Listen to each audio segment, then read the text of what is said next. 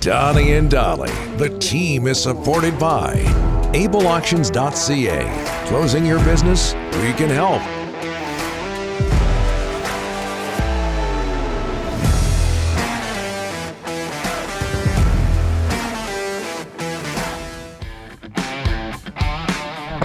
Just ahead of John Shannon, a reminder that all of our guests today brought to you by the Arnold Palmer designed Whistler Golf Club. Oh, so nice. Just before we get to John Shannon, Delaney's OK Tire and Langley inbox unsigned. Somebody who loves White Lotus advised me to check out The Bear, which I already have. I finished season 1. It's really good. It's about a restaurant in Chicago. Oh, okay. Really, really strong. Still looking for something that I can start fresh and get into it. I'm waiting for season 2 of The Bears. We bring in NHL Analyst John. He knows something about TV. NHL Analyst John Shannon, co-host of the Bob McCown podcast. How are you, sir? I am great, boys. Happy Friday. Oh, thank you. Thank you. 1 year anniversary of Jim Rutherford. By the way, go. I call him Jimmy too. Okay. All right. Thank you. See? Thank you. I call him Jimmy. Thank you. But I used to call him Jimmy when he played. Yeah, a little different. Different. Yeah. You're like me. You go back a ways. 1 year anniversary of Jimmy being hired by the Canucks. John, what do you think a year later? Are you impressed by the job he's done?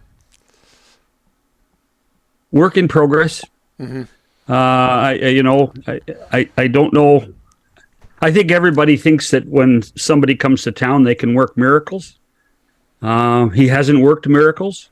He's created a few problems. His organization have created a few problems.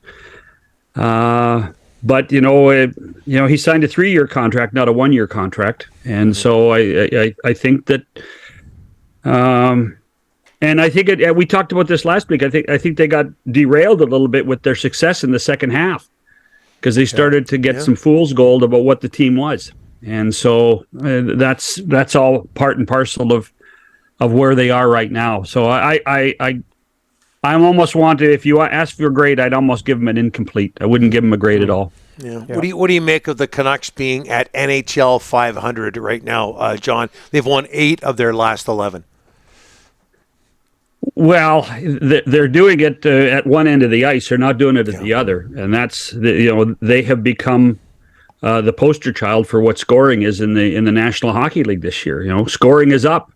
The Canucks are one of the reasons the scoring is up, because they have a fantastic way of putting the puck in the net. Whether it's Bo Horvat and his more than 20 goals now, or that lethal combination of Kuzmenko, Pettersson, and Mikheyev, who have really become an effective line.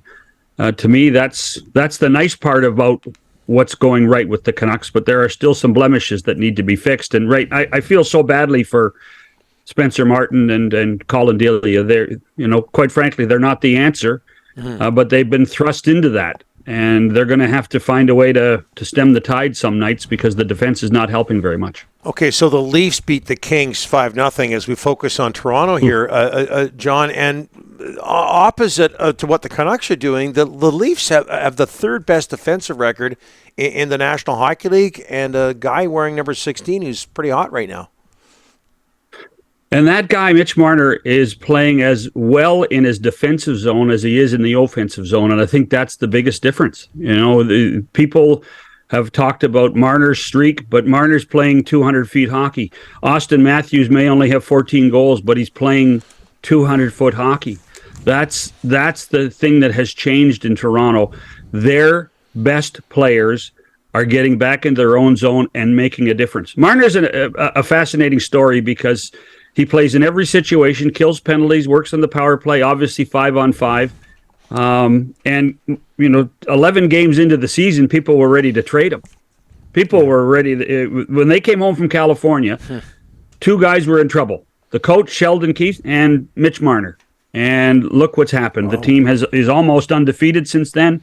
I think it's 14 in a row now that they have points in.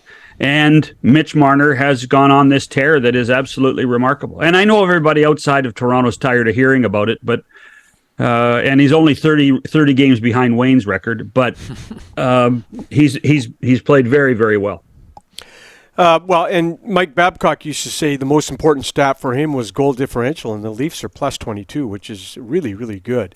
Can I get back to the Canucks with you and Horvat? What are you hearing? What do you think's going to happen there, John? I mean, there just seems to be no progress with Pat Morris of Newport Sports at all. I mean, it's just not looking good right now.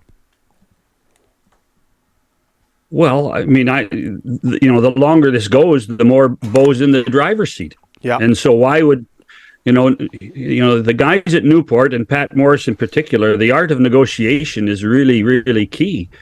And so I'm not sure that at this point they even want anything done because he's played so well. I mean, I think that it's a classic case of, deadline negotiation. And what happens, and I've said this before on this show, there comes a point when Bo Horvat decides his own fate, and whether that's around the trade deadline or that's July the 1st, Bo Horvat will decide where he wants to play. I think a lot of people hope it's Vancouver. I hope it's Vancouver, but there's no guarantee that it is Vancouver. One Canadian team that has impressed me, John, the Winnipeg Jets, you make a coaching change, you change your captain, and here they are. They're the 5th best team in the NHL, and nobody expected this. I don't think anybody said before the season that the Jets were going to be this good. Connor Hellebuck. Yep. Connor Hellebuck is, if they gave the Vezina Trophy out in December, which they don't, I mean, Connor Hellebuck might win as close to unanimous as possible because he has been remarkable. That said, they're getting really good numbers out of Pierre-Luc Dubois finally. He's got 15 points in the last 9 games. Wheeler and Scheifele, who were, the troubled kids for the last couple of years in Winnipeg, got read the Riot Act in the summer by Rick Bowness. And they've bought in, and you can see the spark in their eye. You can see their play on the ice. Mark Scheifele's a different guy this year. He's having fun again. He wasn't having fun the last couple of years. And we know that he's a talented hockey player. So they've done a really good job of creating something really positive because Rick Bowness walked in and said, here are the rules, boys. There's a new sheriff in town, and if you don't like it, you just won't play. They used to have an issue with guys playing more than a minute shifts. Scheifele and Wheeler would go for a minute 10, minute 15. Well, if you go more than 50 seconds with Bowness, you don't play. Yep. And he made that perfectly clear pretty early. And if you look at their shifts right now, 46, 47 seconds, he's got them playing in the right and pointed in the right direction. Does he take more of a hard-line approach than we give him credit for? John, I'm talking about Rick Bowness because you know him. I've dealt with him. He is the nicest person in the world. And you're going to laugh at me, Donnie, but I think that the older Rick has gotten, I still think he has that kindness, but I think he's just decided he doesn't care what people think and he's going to do it his way. Right. and I mean, it's not a senior's moment, but it is a senior's moment. Yeah. Is that here's what we're doing. They've signed me to this contract. I don't care if people don't like it. I'm going to do it. And if they don't like me, then they can fire me. And that's been his attitude, I think, this year in so many ways. He has a system. Hey, listen, Dallas this year is playing really well with Pete DeBoer, but the foundation of Dallas' success is Rick Bowness's. Yeah, right. The defensive play is so much better in Dallas now that Pete DeBoer has said, hey, listen, you guys, you can go. Let's run and gun a little bit. But they also know their defensive responsibilities, and that's thanks to Bowness. Yeah, Winnipeg first place in the Central as we speak. By the way, guys, we are live. Thank you. Just in case people are wondering. Yeah, and I'm not. I know you guys were selling mugs, which you were kind enough to give me one. But if you really need a Christmas gift, a little bit over, move it over a bit towards towards the middle there. There you go, John. Evolve or die.